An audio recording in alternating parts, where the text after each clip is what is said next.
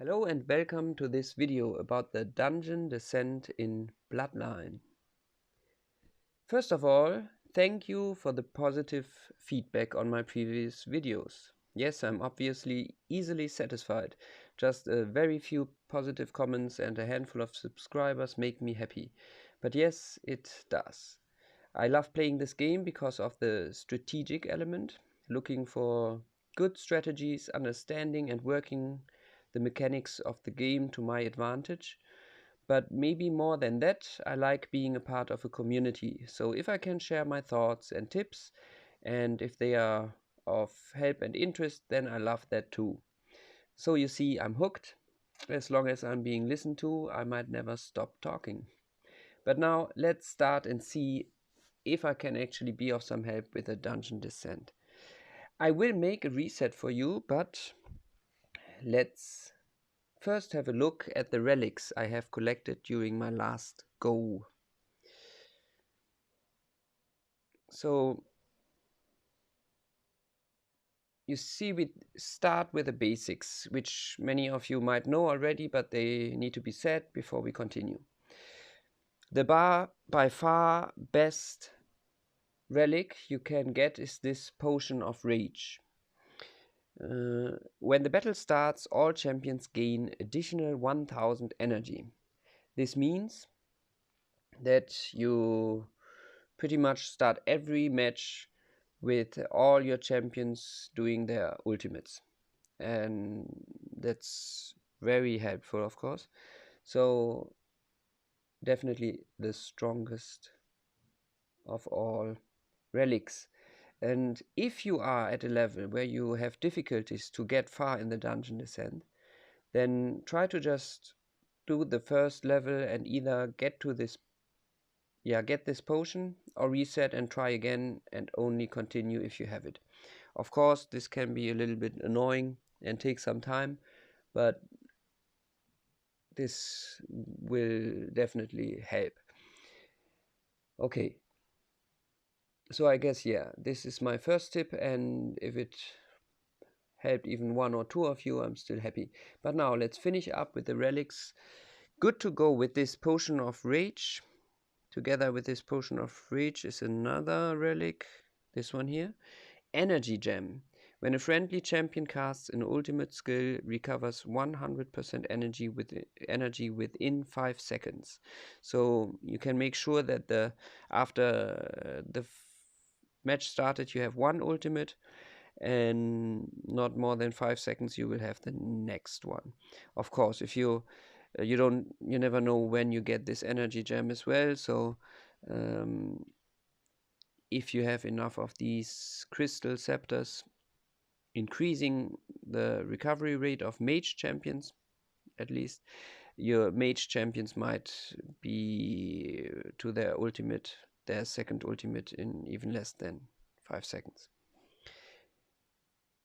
Both is good. Also, maybe for the relics, I also try to always mostly get these, if available, these banners which help all teammates or are against all enemies, instead of just front row, back row, and then you don't need to think about too much if it's a damage reduction or attack or whatever.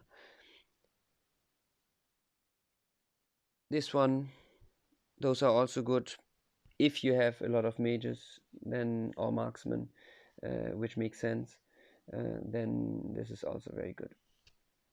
Okay, but enough with the relics. Let's do a reset now.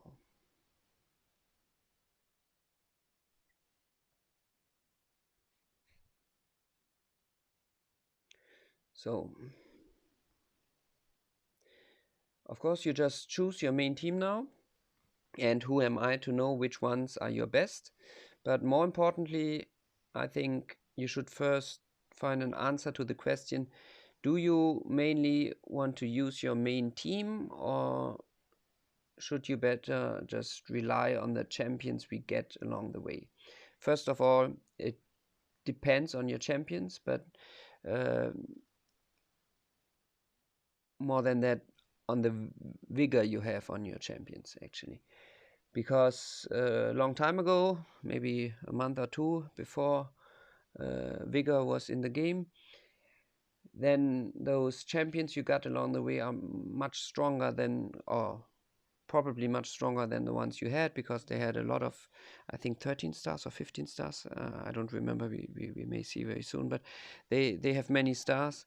They are all mythic and have all mythic gear, so they are very strong.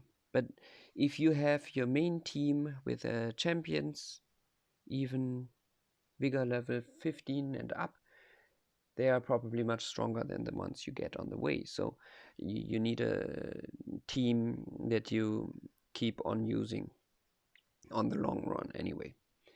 So unless, of course, for example, you have a new addition to your team, like a male Fulgur,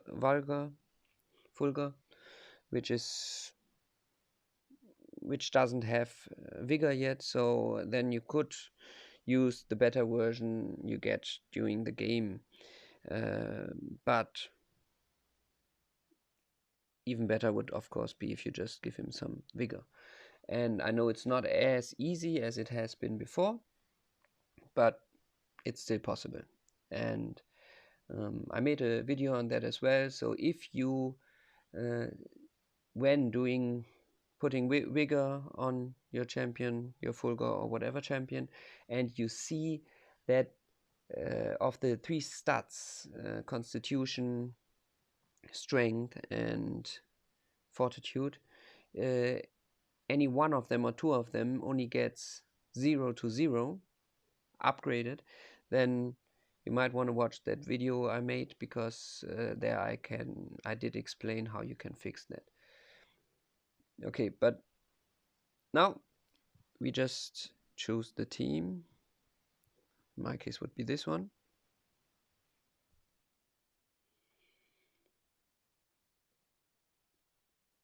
And already we get to our third and last tip. Just 3 tips for this video. And now the obvious thing to do, of course, is we start with the team we just made, right? But that's not what I'm proposing to do. But we will do that for the first go, and then we can reset again, just to show you why, at least with the team I chose here, this is not the ideal way to go. Because I do not have, for example, a very good healer like the Lume male, for example. So if I do this, my team will always get hit and I cannot heal them. And this way, I might actually, after a while, have to, yeah, if I'm not lucky and get enough of those healing spots, I might actually have to reset. And getting those champions, as I said, they are not that strong without vigor. So even if I don't have to do reset, I have to waste a lot of time thinking, like switching heroes, not killing all monsters to kill the boss sooner, and going up a level before my champions die. But then I would be risking to not getting enough relics that would speed up the process later. So here's we don't need to do reset actually. Here's my solution. And what I'm doing now is not to show off my female developer, but we will only play with the female developer. This is, of course, a tip which only benefits some of you, I'm afraid. Only if you have a decent female developer, which I think there's a good chance, as most people try to have one. Maybe you don't have the best ever, but maybe still one that's decent.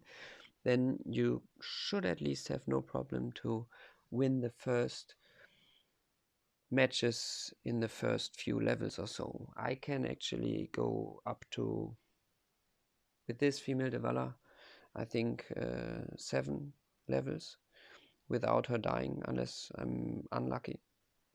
And then I have to go heal her again, or then I have to stop and take the whole team first without her until I get her back anyway.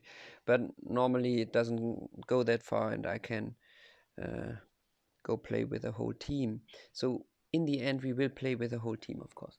This is just so that the rest of the team does not need to lose any health yet, because the female Devala, she can just heal and doesn't lose any health permanently. And as I said, I can go about, of course, on the way you should pick up all those relics. I can go about 7 levels, so I have a very good chance that by then I either have the Potion of Reach, or at least enough other relics that I have no problem to play with a normal team, and I have enough healing potions by then as well. So to these, for example, well, this is no. Okay, now of course I don't get anything to heal, but you get the idea. Yes, so that's it. Just a very short video with a few tips which hopefully help some of you. And thanks for watching. See you next time.